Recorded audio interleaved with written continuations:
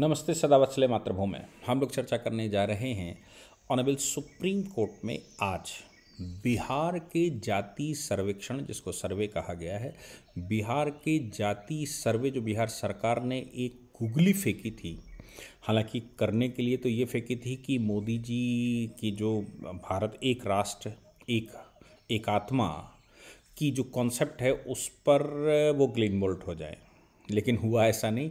Googly पर एक बात और मैं आपको बताता हूँ, गूगली पर जब अगर कोई हिट करने वाला, कोई खेलने वाला हो तो वो छक्का भी बहुत अच्छा चलाता है, ज़मीन पर बॉल रुकती नहीं। यही हाल हुआ कि उन्होंने गूगली तो फेंकी, लेकिन मोदी जी जैसा प्लेयर सामने था जिस पर भारत को विश्वास है, भारत के लोगों को विश्वास है, भारत की आत्मा को विश्वास है कि हमको एक नायक मिला है जो देश की नैया पार करेगा। अब जाति से ऊपर उठकर देश सोचने लगा है, वो अभी 5 राज्यों के चुनाव में दिखाई दिया। इन लोगों ने पूरी ताकत लगाई थी जाति सर्वेक्षण की, जाति आधार पर बंटवारे की, जात के आधार पर कैटेगराइजेशन की, और यहाँ तक कि राहुल गांधी ने आईएएस अफसरों में भी जाति देखी, उन्होंने जुडिशल अफसरों में जाति देखी, उन्होंने देश को संवारने वाले उन वैज्ञानिकों में जाति देखी जो कि देश के लिए काम करते हैं अपनी जाति भूलकर। जो जाति भूल गए उनमें जाति उनको दिखाई दे रही है।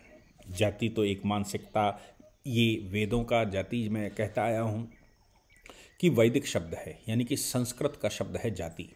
और जाति अगर न्याय दर्शन में आप देखेंगे तो उसका मतलब होता है कि एक सिद्धांत को पूर्ण करने के लिए किया गया उपक्रम। अब एक सिद्धांत को पूर्ण करने के लिए कई एक उपक्रम होते हैं।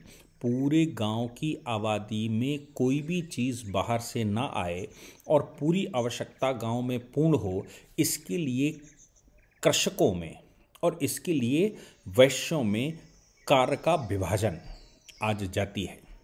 वो लोहार हो, वो सुनार हो, वो बढ़ई हो, वो जूता बनाने वाला हो, वो कुछ कृषि करने वाला हो, वो कृषि की उपज को काटने वाला हो, कुल मिलाकर श्रमिकों को अगर छोड़ दिया जाए जिनके पास अपना कोई एक विभाग नहीं है, तो फिर ये कहा जाता है कि उनमें जाति।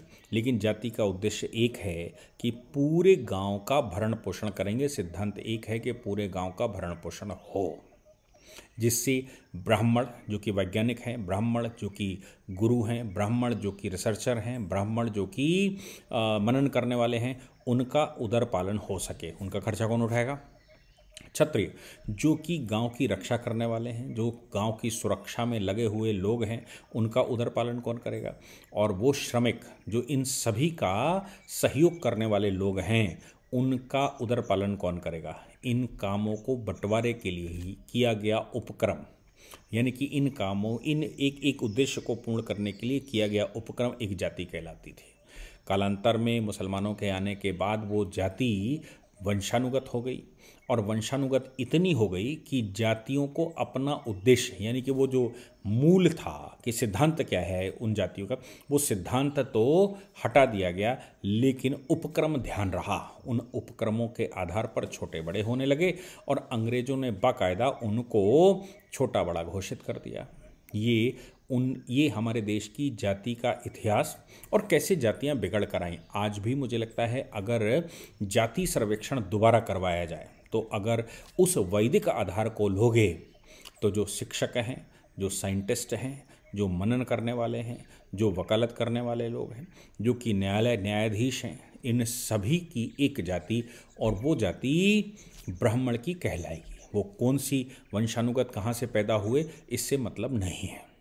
सेना में काम करने वाले लोग, सुरक्षा में काम करने वाले लोग, पुलिस में काम करने वाले लोग, होम गार्ड में काम करने वाले लोग, ट्रैफिक पुलिस में काम करने वाले लोग, अर्धसैनिक बलों में काम करने वाले लोग, और इन सबको कंट्रोल करने वाले, प्रशासन को सही सुदृढ़ रखने वाले लोग की एक जाति आज हो सकती है। और वो जाति मैं कहूँ कि वो क्षत्रिय हैं। क्षत्रियों में तमाम तरह के विभाग, उनको जातियाँ कहा जा सकता है। और समाज का भरण पोषण वो इंडस्ट्रियलिस्ट, वो कारखाने लगाने वाला, वो पैदा करने वाला, वो धन का वो भरण पोषण करने वाला कोई भी व्यक्ति जो किसी प्रकार का कारखाना लगाए हो, किसी प्रकार का प्रोडक्शन करता हो, किसी प्रकार के प्रोडक्शन को डिस्ट्रीब्यूट करता हो, डिसैमिनेट करता हो, वो सब आज एक जाति उनकी हो सकती है और वो जाति है वैश्य। और बाकी जो बचेंगे, जिनके पास अपनी बुद्धि नहीं है, जो केवल लोगों के भड़काने के आधार पर पत्थर फेंक सकते हैं, जो केवल लोगों के कहने पर कुछ काम कर सकते हैं, अपना मस्तिष्क उनके पास है नहीं, कोई उपक्रम करने का आधार नहीं है, उपक्रम जानते ही नहीं हैं, वो सब के सब शूद्र कहलाते हैं। इन जातियों के समूहों को, मैंने जैसे कहा, इन जातियों के समूहों के नाम हैं जिनको वर्ण कहा जाता है। यानी कि वो लोग जो ब्राह्मण हैं उनकी जातियां अंदर की, मैंने कहा साइंटिस्ट है, अध्यापक है, रिसर्चर है, ये सब। और दूसरी क्षत्रिय, वो उनकी क्षत्रिय एक वर्ण हो गया, उसके अंदर की जातियां, और वो जातियां यानी कि सुरक्षा की दृष्टि से अलग अलग विभाग, वो विभाग उनकी जाति हो गई क्योंकि उपक्रम वही कर रहे हैं। और ऐसे ही वैश्य और बाद में बचा श्रमिक, जिसको शूद्र कह लीजिए, वो अलग अलग इन तीनों की मदद करने वाले लोग हैं। दुकानों पर काम करने वाले, फैक्ट्रियों में लेबर का काम करने वाले, ब्राह्मणों के टीचरों के यहाँ, यानी कि ब्राह्मण जिसको कहा गया है, उनके यहाँ साफ सफाई करने वाले लोग, उनकी व्यवस्था करने वाले लोग, और ऐसे ही क्षत्रियों का सहयोग करने वाले वो सभी लोग। ये अपनी अपनी इनकी जातियां शूद्र के रूप में या श्रमिक के रूप में इनको जाना जा सकता है। वो कौन से वंश से जन्म लिया, वो कौन सी माँ के गर्भ से जन्म लिया, एक ही माँ के अलग अलग उपक्रम करने वाले लोग, वो अलग अलग वर्ण में जा सकते हैं और उनकी अलग अलग जातियां भी हो सकती हैं। ये भारत का है।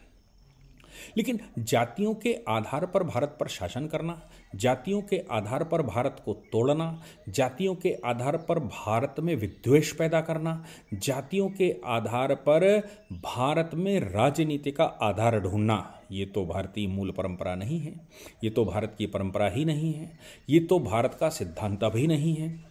अब ऐसा सोच कर देखिए कि जो ना भारत जानता हो, ना भारत का सिद्धांत जानता हो, ना भारत का प्रादुर्भाव जानता हो, ना भारत के कल्चर को जानता हो, और ना ही वो ये जानता हो कि हमने श्रम विभाजन किस आधार पर किया, उसको क्या सत्ता में रहने का अधिकार है। मैं धन्यवाद देता हूं मोदी जी को कि उन्होंने इस व्यवस्था को कायम रखने के लिए, जाति तो नहीं बताई, लेकिन उन्होंने 4 विभाग बना दिए, 4 वर्ण बना दिए आज के। और वो 4 वर्ण, एक गरीब जिसके पास अपना संसाधन नहीं है, वो गरीब है। दूसरा महिला, जिसको जेंडर उसका ईश्वर ने तय किया है। तीसरा वो लोग जो युवा हैं, क्योंकि उनको सबको आज नई दिशा की आवश्यकता है। तो जो जाति आधार पर उन्होंने बनाया कि भाई मेरे लिए तो गरीब एक जाति है, मेरे लिए तो नारी एक जाति है, मेरे लिए तो युवा एक जाति है। अब जातियां बना दी गई, इन जातियों के आधार पर श्रम विभाजन हो सकता है, लेकिन जो पुराना कॉन्सेप्ट है वो ज़्यादा सुदृढ़ लगता है। लेकिन आज उस कॉन्सेप्ट पर जाने के लिए भी अपने को यही रास्ता अपनाना पड़ेगा। तो फिर मोदी जी ने एक नया रास्ता देश को दिखाया है, इसी को युग परिवर्तन कहते हैं। लेकिन नीतीश कुमार ने वो चाल, या विपक्ष ने जो, जब विपक्ष को कुछ नहीं मिला का मतलब कुछ भी नहीं मिला, रिश्वत या फिर मैं कहूँ कि भ्रष्टाचार की सरकार के खिलाफ केस नहीं, सिस्टम के खिलाफ मिल सकते हैं, अधिकारी जो कर्मचारी हैं उनके खिलाफ मिल सकते हैं, लेकिन सरकार पर कोई लांछन नहीं लगा सकता।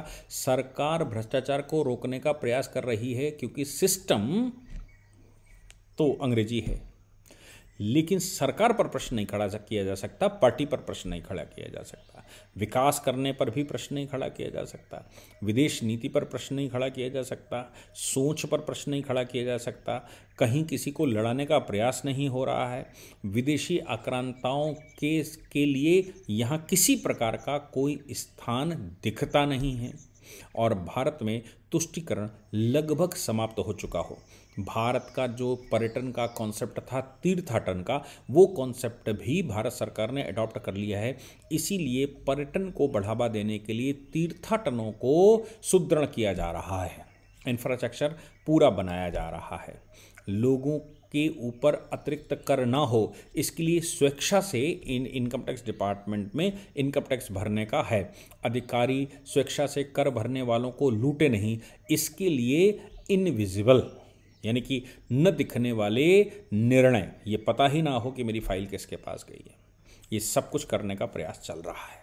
अभी जब बिगड़ा हुआ 1000 वर्ष का है तो समय तो लगेगा, इसमें कोई शक नहीं, लेकिन प्रयास लगातार चल रहा है। 10 वर्षों में वो हुआ जो 1000 वर्षों का उड़ा हुआ था। सोचिए कि 47 से अगर अभी तक 75 वर्षों तक वही किया जाता जो पिछले 10 वर्षों में हुआ, तो मुझे लगता है कि हम कहाँ होते, हम शायद आज सिंगापुर होते, क्योंकि वो भी हमारे साथ ही सब लगभग आज़ाद हुए, लेकिन वहाँ शासक अच्छा मिल गया तो वो उठाकर उसने देश को आगे बढ़ा दिया। हमें जो शासक मिले वो $1 $1 को $1.70 पर ले गए।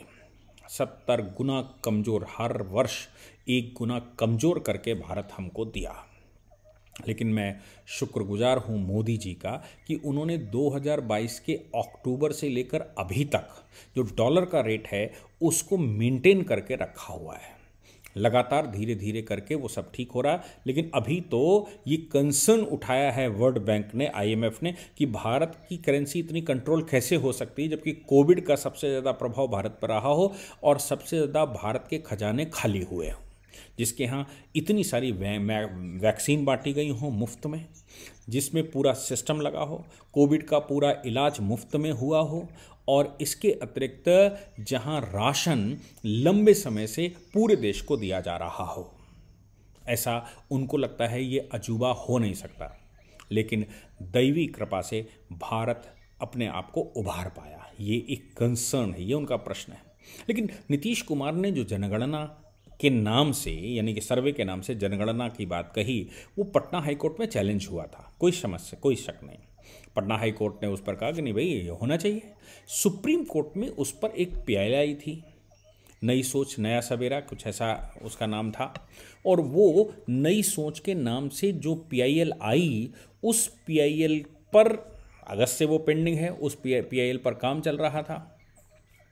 लेकिन केंद्र सरकार उसमें जो उपस्थित हुई, वो उपस्थिति अपने आप में कुछ बता रही है। केंद्र उसमें उपस्थित हुआ और केंद्र सरकार ने जो अपना जवाब लगाया वो जानने योग्य है। केंद्र इंटरवीन किया उसमें, और उसमें केंद्र ने कहा कि हमें एफिडेविट फाइल करने का अवसर दीजिए। कोर्ट ने पूछा, ऑनरेबल जस्टिस संजीव खन्ना की कोर्ट थी, कोर्ट ने पूछा कि आपका क्या व्यू है इस मामले में, तो केंद्र सरकार ने कहा neither we are supporting nor we are opposing, ना ही हम उसको सपोर्ट करते हैं और ना ही हम उसको अपोज करते हैं, लेकिन हमको भी इसमें सुना जाए। बात तो सही है कि ना ही हम जाति जनगणना अभी मतलब विचार ही नहीं कर पा रहे हैं कि जाति के आधार पर ये होना भी चाहिए कि नहीं होना चाहिए। सरकार ने आगे कहा कि विषय ये नहीं है कि होना चाहिए या नहीं होना चाहिए, विषय ये है कि संवैधानिक रूप से अधिकार किसको है। इस विषय पर ऑनरेबल कोर्ट को ये बताया सरकार ने कि सेंसस एक्ट 1948 के अनुसार ये अधिकार तो केवल केंद्र सरकार के पास है और केंद्र ही करवा सकता है। राज्य सरकार अगर ये कर रही है तो वो अपनी मर्यादाओं को क्रॉस कर रही है, वो अपनी लिमिट्स क्रॉस कर रही है, उसको जो अधिकार नहीं है कानूनन वो करने का प्रयास कर रही है। इससे कानून व्यवस्था, इससे डिस्ट्रीब्यूशन ऑफ लेबर, इससे भारत की प्रशासनिक व्यवस्था, इससे भारत की संवैधानिक व्यवस्था डिस्टर्ब होती है। अगर सभी राज्य ऐसा करना शुरू कर देंगे तो फिर केंद्र के अधिकारों को राज्य ले जाएगा, तो फिर राज्य तो स्वायत्त घोषित कर सकते हैं इस नज़रिए से कल को।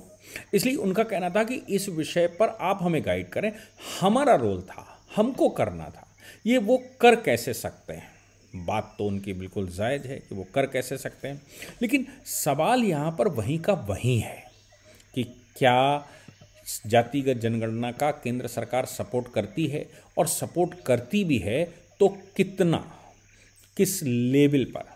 इस विषय पर एक सोच एक प्रयास ने फाइल किया, यूथ फॉर जस्टिस ऐसा करके भी एक PIL और कई एक PIL आई। इसमें ये दावा किया गया कि पुट्टू स्वामी का जो जजमेंट है 9 जजों की बेंच का है, और जो आज के chief justice honourable justice DY Chandrachud ने ही लिखा था, उस जजमेंट में प्रिवेसी को मेंटेन करने की बात कही गई थी और ये कहा गया था कि प्रिवेसी मेंटेन होनी चाहिए। क्या सामुदायिक प्रिवेसी नहीं उसमें शामिल है? इसको एक्सटेंड करते हुए इसको सामुदायिक प्रिवेसी भी कहना चाहिए कि सामुदायिक प्रिवेसी को भंग किया जा सकता है क्या सरकार के द्वारा? बात यहाँ पर आती है कि समुदायों का अपना एक वर्गीकरण है, वो वर्गीकरण कितना ओपन किया जा सकता है? ऑनरेबल जैसे संजीव खन्ना ने पूछा, उन्होंने कहा कंसर्न ये नहीं है कि सेंसस करवाए कि नहीं करवाए, मेरा कंसर्न ये है कि कितना डेटा छुपाया जा सकता था, कितना डेटा जनता के सामने रखना चाहिए, कौन से समीकरण जाति आधार पर जो विभाजन है वो विभाजन कितना जनता को पता होना चाहिए और कितने किस स्तर पर उसको रोका जाना चाहिए। तो उनके बिहार सरकार के एडवोकेट ने कहा कि नहीं साहब वो तो हमने वेबसाइट पर पब्लिश कर दिया है और वेबसाइट पर पब्लिश करके पूरे उसको दिखा दिया। उन्होंने कहा वेबसाइट पर पब्लिश कर दिया वो बात नहीं है, बात यह है कि उसके विभाजन आपने कैसे करे, उसका आपने वर्गीकरण कैसे किया। जो वर्गीकरण है वो द्वेष पैदा कर सकता है, जो वर्गीकरण है वो जनता के बीच में एक नया चैप्टर लिख सकता है। इसलिए ये जो आप कह रहे हो ये बात अजीबोगरीब है।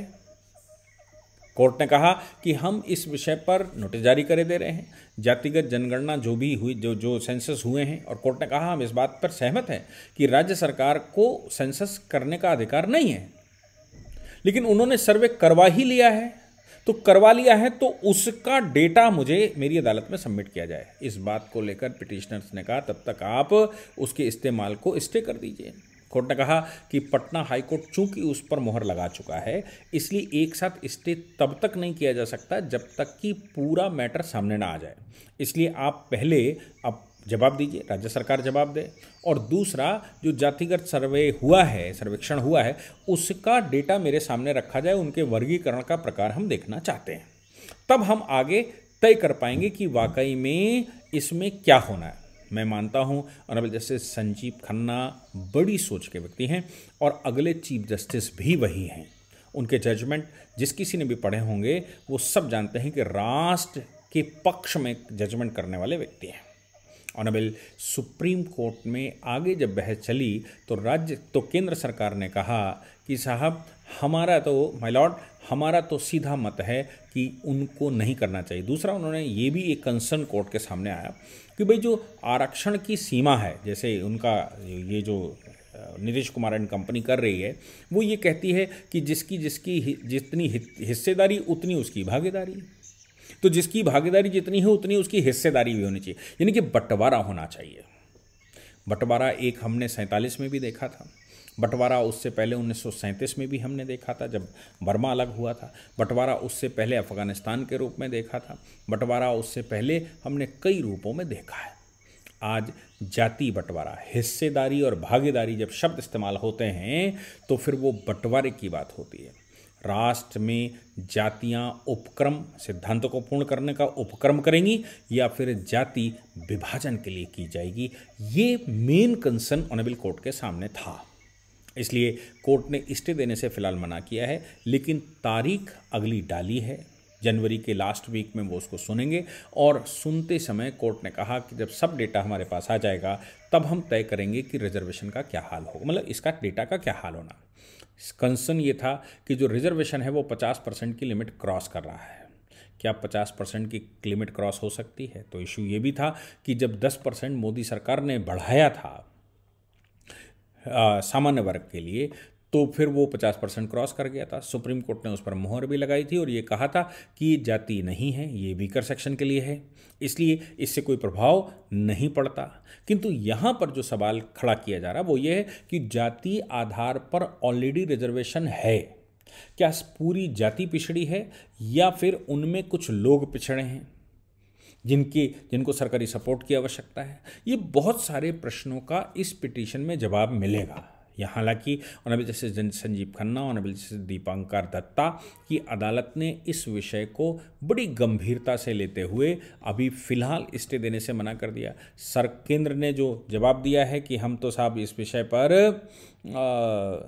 ना सपोर्ट में हैं ना विरोध में हैं, हम इस पर आप जो कहेंगे वैसा करने को तैयार हैं, लेकिन देश विभाजन के पक्ष में हम नहीं हैं, जाति आधार पर विभाजन के पक्ष में नहीं हैं। हम देश के किसी भी सेंसस को देश के विभाजन के लिए न इस्तेमाल करने के लिए यहाँ खड़े हैं। तो ये बात आती है कि उस डेटा का इस्तेमाल कितना, कैसे, कब, किन के बीच में और किस प्रकार विभाजन करके रखना है, ये सुप्रीम कोर्ट का कहना है। अभी इनिशियल स्टेज है कि हम इसको देखना चाहते हैं। जय हिंद, जय भारत, वंदे मातरम।